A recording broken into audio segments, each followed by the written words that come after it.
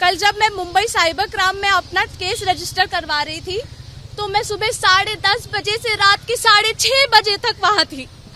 मुझे सारे लोगों ने इतनी प्रेरणा दी है, इतनी सराहना दी है कि वो मेरे लिए खड़े रहते हैं और मुझे ये देखकर बहुत अच्छा लगता है।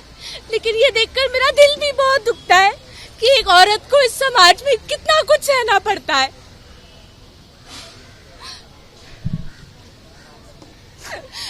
मुझे जीने का हक नहीं है, मुझे मर जाना चाहिए। मुझे गंदी गंदी गालियां दी जा रही है। अगर मैं इसके बारे में अब कुछ नहीं करूंगी तो आपको पता ही है औरतों के साथ क्या होता है इस देश में। मुझे माफ करना।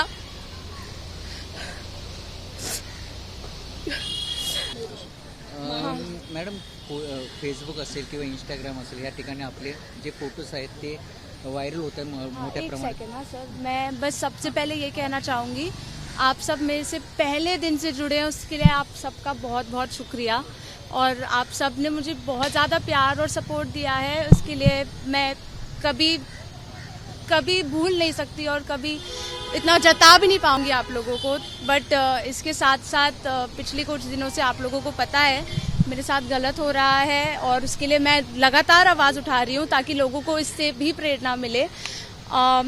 मैं रातों को सो नहीं पा रही हूँ। मैं जब से ये सब हुआ है मैं सोई नहीं हूँ, मैं खा नहीं पा रही हूँ। तो जब भी मैं रात को सोने की कोशिश करती हूँ कुछ ना कुछ दिमाग में आ जाता है कि मुझे आप लोगों को ये बोलना है या जो लोग मुझे इतना प्यार दे रहे, सराहना दे रहे, उन तक एक मैसेज पहुँचाना है। तो इसलिए मैंने कुछ चीज़ें लिखी हैं। अगर आप लोग इजाज़त दे तो मैं पहले वो कर लूँ फिर आपके सवाल कर लूँ। सबसे पहले तो मैं अपनी पूरी अगर ज़िंदगी भी ये करती रहूँ तो भी मैं आप सबके प्यार को चुका नहीं पाऊँगी। और मैं भगत सिंह जी नहीं हूँ, मैं रानी लक्ष्मीबाई नहीं हूँ, मैं सावित्रीबाई फुले यांचे लेक आहे। I walk in the direction she showed us, education, dignity and the right to raise one's voice against injustice. I do not claim to be a leader. I am only one amongst many people who are tired of telling everyone is asking us to stay quiet and we are tired of it. And I'm just one of those voices. ये जो हमारा देश है ये सबका देश है और बहुत सारे लोग जो मैं जैसी दिखती हूँ, मैं जैसे कपड़े पहनती हूँ, जो मेरा पेशा है, उस चीज़ के बारे में भी काफ़ी चीज़ें बोल रहे हैं। और अगर किसी को भी उस चीज़ से प्रॉब्लम है तो मैं उनसे कहूँगी कि वो आईने में जाकर अपने आप को देखें और चुप हो जाएं। और अगर किसी को जो मैं कपड़े पहनती हूँ उससे प्रॉब्लम है तो मैं उनको कहूँगी कि वो धोती, कुर्ता, साफा और गमछा 30 दिन के लिए पहने हर रोज़ और फिर वो मुझसे आकर बात करें। और अगर आपको मेरे पेशे से कोई भी प्रॉब्लम है तो ये आपका निजी मामला है, ये आपकी समस्या है, आप ये किसी के ऊपर ना डालें, ना मुझसे पूछें। We the youth of India are writing history in the blank pages of the present because only the future is promised to us. So none of us know how it looks. हमने अपने school में भविष्य नहीं पढ़ा है, but the syllabus that was studied, we all know how that turned out for the NEET students. The current government is giving mean girl energy. मैं इसका हिंदी में अनुवाद करती, लेकिन जब लड़कियों की बात आती है तो सबको हर भाषा में गाली आती है और वो समझ आता है। देखिए, हमारे पास, हम बच्चों के पास जो इस प्रोटेस्ट में खड़े हुए थे, लाखों करोड़ों की चाइना और टेररिस्ट फंडिंग तो नहीं है खर्च करने के लिए, क्योंकि प्रोटेस्ट खत्म हो गया तो फंडिंग रिटर्न हो गई है। I am so sorry. लेकिन मेरे पास थोड़ी मीडिया है जो आप थोड़ी है। तो ये मैसेज है यूथ का, मेरा देश बदल रहा है, आगे बढ़ रहा है। हम सीजेपी है, चिल्लर जनता पार्टी, क्योंकि हमें उठाने के लिए तो इलेक्शंस के वक्त पॉलिटिशियंस और आंदोलन के वक्त पुलिस आती ही है। और ये चिल्लर जब अलग अलग राज्यों में गिरती है ना तो युग की आवाज पूरे जग में गूंजती है। लाठियां, पैलेट गन्स, टीयर गैस, बच्चों पर चलाए गए प्रिवेंटेटिव मेजर्स और प्रिवेंटेटिव डिटेनिंग के नाम पर इन बच्चों के हाथ में क्या था? मैं आपसे ये सवाल पूछती हूँ। इन बच्चों के हाथ में अपने देश का तिरंगा और हाथ में बाबा साहेब अम्बेडकर जी की लिखी गई भारतीय संविधान की किताब थी। आप इनसे डर गए। बसों में जब इन्हें भर भर कर आप लेकर जा रहे थे तो वो भारत माता की जय, इंकलाब जिंदाबाद के नारे लगा रहे थे। ये बच्चे आपको टेररिस्ट लगते हैं। और संसद में इस पर चर्चा करते तो वो उसे ऐसे बंद कर देते जैसे कि वो एक स्कूल हो। कल जब मैं मुंबई साइबर क्राइम में अपना केस रजिस्टर करवा रही थी तो मैं सुबह 10:30 बजे से रात के 6:30 बजे तक वहां थी। मुझे सारे लोगों ने इतनी प्रेरणा दी है, इतनी सराहना दी है कि वो मेरे लिए खड़े रहते हैं और मुझे ये देखकर बहुत अच्छा लगता है। लेकिन ये देखकर मेरा दिल भी बहुत दुखता है कि एक औरत को इस समाज में कितना कुछ सहना पड़ता है।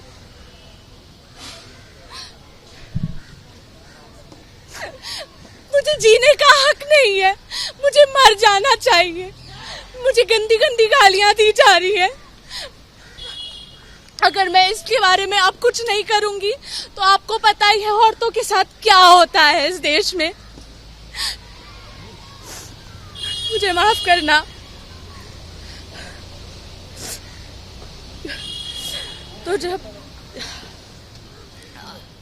तो अब मुझे समझ नहीं आता है कि अब बेटी को पढ़ना चाहिए या बेटी को बचना चाहिए। ये मैं आपसे पूछती हूँ, पॉलिटिशियंस जो भी ये देख रहे हैं संसद के साथी, ये देखकर मुझे बताएं कि बेटी का रेप होना चाहिए और उसे उसका एंजॉय करना चाहिए, या बेटी के खिलाफ कोई भी आवाज उठाए तो उसका मुंह कुचल देना चाहिए। बस मुझे ये कहना था आपसे।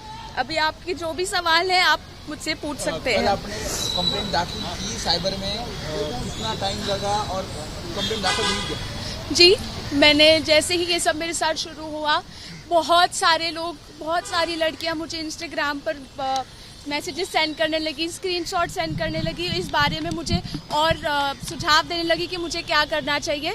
तो इस चीज़ का मैंने एविडेंस लेकर साइबर क्राइम पोर्टल पर जैसे ही मुझे पता चला अपलोड कर दिया। उसके दूसरे दिन पुलिस ने मुझे कॉल किया और मैं सारे एविडेंस के साथ तीसरे दिन उनके पास चली गई। सुबह 10:30 बजे से मैं वहीं थी और मैंने उनके साथ बैठा। और ये जो है बहुत ही सेंसिटिव क्राइम है। लोगों को लगता है कि लड़कियों के बारे में, हाँ, अगर वो लड़कियां मेरा फोटो अपलोड कर रही हैं, मेरे बारे में बोल रही हैं कि मैंने उन्हें एक प्रेरणा दी है, तो उन्हें भी गालियां मिल रही हैं। उन्हें भी इतनी गंदी गंदी माँ बहन की और क्या क्या बोल रहे हैं उन्हें, ये हम सब ही जानते हैं। मुझे बोलने की यहाँ जरूरत बिल्कुल नहीं है। अगर आप फिर भी चाहते हैं तो मैं आपके साथ वो सब शेयर कर सकती हूँ। तो पुलिस ने बिल्कुल अच्छे से मेरी हेल्प की है। अभी तक वो केस है, वो इंस्टाग्राम से पर्सनली वो बात कर रहे हैं ये सारी इन्फॉर्मेशन निकालने के लिए, क्योंकि अगर हमने ये ढीले में छोड़ दिया तो लोगों को इससे और ज्यादा प्रोत्साहन मिल जाएगा।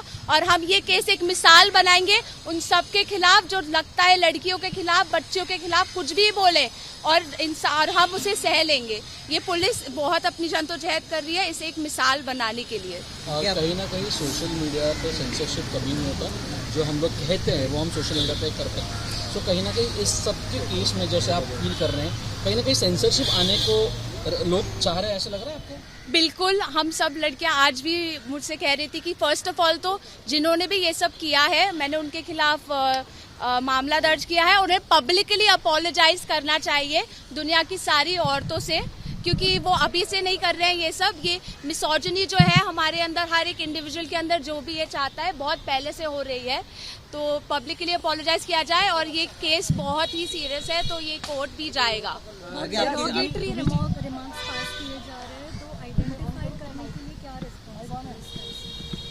पुलिस ने उन्हें आइडेंटिफाई करने के लिए उनका URL, अकाउंट नंबर और वो जहाँ रह रहे हैं, उन्होंने तो गलत इन्फॉर्मेशन अपनी एड्रेस की भी गलत इन्फॉर्मेशन भी प्रोवाइड की है उन्होंने अपने एड्रेस की, जो कि अगेन एक क्राइम है। जो मेरे लॉयर है गणेश जी, क्या वो यहाँ है? कहाँ है? कहाँ है? उन्हें यहाँ बुलाया जाए ताकि उनके जो भी केस मुकदमे दर्ज हो रहे। ये गणेश जी हैं, ये मेरे साथ टच में रहे हैं और इन्होंने जो भी सारे प्रॉब्लम्स हैं, जो भी सारे केसेस हैं IPS के तहत, वो ये बताएंगे कि क्या क्या दर्ज हो सकते हैं। रिया जी, आपके ऊपर प्रश्न होता, तुम्ही म्हणजे ती गाडी थांबवली होती पोलिसांची, एक बस थांबवली होती, त्यामध्ये विद्यार्थी होते असं तुम्ही म्हणालात आणि त्यानंतर त्या विद्यार्थ्यांना कुठेतरी सोडवा यासाठी ही संपूर्ण प्रयत्न होते. आज मुख्यमंत्र्यांनी थेट गृहमंत्रालयात आदेश दिलेले आहेत की जे काही केसेस असतील, ज्या काही नोटिसी असतील त्या विड्रॉ करा आणि त्यांना मुक्तता म्हणजे मिळेल सर्व विद्यार्थ्यांना, असं समजलं. काय सांगाल या विरोधात? म्हणजे ही दुसरी लढाई आहे, ही जिंकलेली आहे विद्यार्थ्यांनी. मुझे ये कहते वक्त बहुत फख्र फील हो रहा है कि अब तक तो मेरे सिर्फ फोटोज थे, लेकिन कल फॉर्मली मेरा नाम भी दर्ज हुआ था, मेरे खिलाफ भी एफआईआर आई थी जब मैं पुलिस स्टेशन में थी. तो शिवाजी पुलिस स्टेशन से भी जो पुलिस थी, 4 पुलिसकर्मी मेरे पास आए थे और उन्होंने मुझे बहुत अच्छे से जो है ये फेलिसिटेट किया, उन्होंने मेरा अभिवादन किया, एक बोल सकती हूँ मैं, क्योंकि मैं गर्व से इस चीज़ का फॉर्मली हिस्सा बन चुकी हूँ, मेरा नाम लिख चुका है इस चीज़ में. तो मैं बिल्कुल इसके लिए टेंशन में आपको तो दिखूंगी नहीं, क्योंकि ऑलरेडी गवर्नमेंट ने हमें बैक कर दिया है, कोर्ट ने हमें बैक कर दिया है. बट ये जो प्रोसेस है इसे जल्दी से जल्दी सुलझा दिया जाए ताकि हम बच्चे जो है अपने काम पर फोकस कर सके. कल 3:30 बजे पुलिस आई थी MIDC पुलिस थाने में. उन्होंने मुझे ये जो भी है फॉर्म दिया था, FIR प्री FIR जिसे बोलते हैं, वो दिया था. और यहाँ आने से पहले ही जब मैं यहाँ आ रही थी ऑन द वे पता चला कि ऑलरेडी ये FIRs जो है वापस लेने का निर्णय ले लिया गया है. बस मैं ये चाहती हूँ कि जो बच्चे हैं वो बिल्कुल डरे नहीं, सरकार बिल्कुल अपना साथ दे रही है. और ये एक बस अगेन ये उन्होंने कुछ ज़्यादा बड़ा काम नहीं किया है, उन्होंने अच्छा काम किया है, लेकिन हमें इसे इतना ग्लोरीफाई नहीं करना चाहिए. ये 24 तारीख को फिक्स हो जाना चाहिए था, ये अभी जाकर फिक्स हो रहा है, तो इसलिए इंटरफेयर भी नहीं करना चाहिए. जो वो करने दो, हमें बस चुपचाप बैठे रहना है एज विद्यार्थी. अभी इनके खिलाफ आवाज़ नहीं उठानी है. और एजुकेशन जो खराब हो रहा है उसके खिलाफ हमें बोलना चाहिए. रीनीट का भी रीइवैल्यूएशन होना चाहिए, उसके बारे में तो कोई कुछ बोल ही नहीं रहा है. तो प्लीज़ उसके बारे में आवाज़ उठाइए. रीनीट और जो पेरेंट्स हैं जो अफेक्टेड हुए हैं उन्हें भी साइडलाइन कर दिया गया है काफ़ी हद तक, उनके बारे में भी बोलना चाहिए. काफ़ी सारी चीज़ें जो एजुकेशन रिफॉर्मेशन पूरा एक तरीके से होना चाहिए. रेवोल्यूशन के बाद रीबर्थ होता है, यहाँ रीनीट के बाद रीइवैल्यूएशन भी नहीं हो रहा है.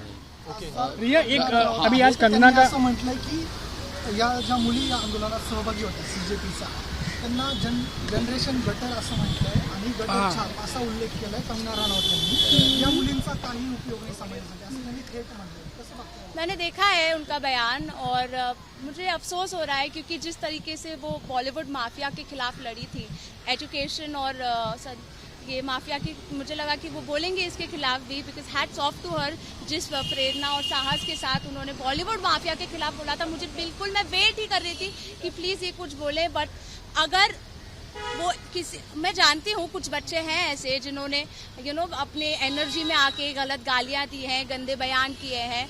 बट वो बच्चे हैं, अगेन हम फ्रस्ट्रेटेड हैं सिस्टम से. अब देखिए हम यहाँ क्यों हैं, मुझे यहाँ होना चाहिए.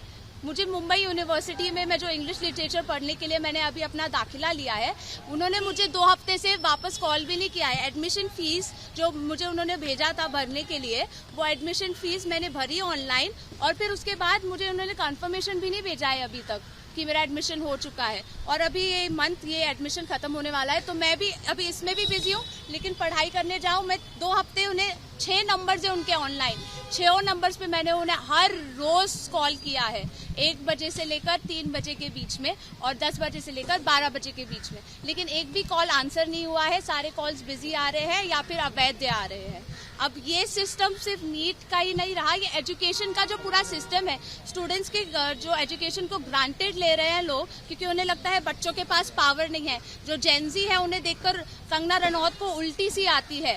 तो हम अब यही सोचिए, अगर कुछ जेनजी के बारे में उन्होंने ऐसा कहा है और पूरी जेनजी को उन्होंने गाली दे दी है, तो ये जो पॉलिटिशियंस हैं जो बच्चों को बोल रहे हैं कि उन्हें रेप एंजॉय करना चाहिए, ये लड़कियां तो कंप्लेन भी नहीं करेंगी. तो हमें एक, और वेस्ट बंगाल में बोल रहे हैं ये एक रिलीजन के ऊपर, मैं बोलना ही चाहूँगी उन्होंने क्या बोला है, बट रिलीजियसली वो गालियाँ दे रहे हैं एक पर्टिकुलर रिलीजन को. तो क्या हम सारे पॉलिटिशियंस को जेनजी गाली देने लग जाएगी? इतनी तो अक्ल हम में भी है कि जो एक जो सेब खराब होता है वो बाकी सेबों को खराब कर देता है, इसलिए उनसे दूर रहना चाहिए. तो वो इतनी बड़ी है, इतना बड़ा प्लेटफॉर्म है उनके पास, तो इसका मिसयूज बिल्कुल नहीं करना चाहिए. और मैं ये स्ट्रिक्टली ये भी चाहूँगी कि जिन लोगों के पास पावर है उन्हें काउंसलिंग दी जाए. ताकि वो ऐसा बयान विवादित ना करे, क्योंकि जो पुलिस ने किया है उनको पावर कहाँ से आती है। उन्हें लगता है कि अगर इनके साथ जो कुर्सी पर है उनके साथ कुछ नहीं हो रहा तो हमारे साथ क्या ही होगा। रेप के बारे में, जातिवाद के बारे में, पार्टियों के बारे में, लड़कियों के बारे में, छात्रों के बारे में, वो कुछ भी अपना मन करे धड़ल्ले से बयान देते जाएंगे और हम यहाँ बैठकर सुनते जाएंगे। ऐसा नहीं होना चाहिए। काउंसलिंग सेशन होने चाहिए, वार्निंग लेटर्स देने चाहिए ऐसे लोगों को। एबीपी माझा, उघडा डोळे बघा नीट.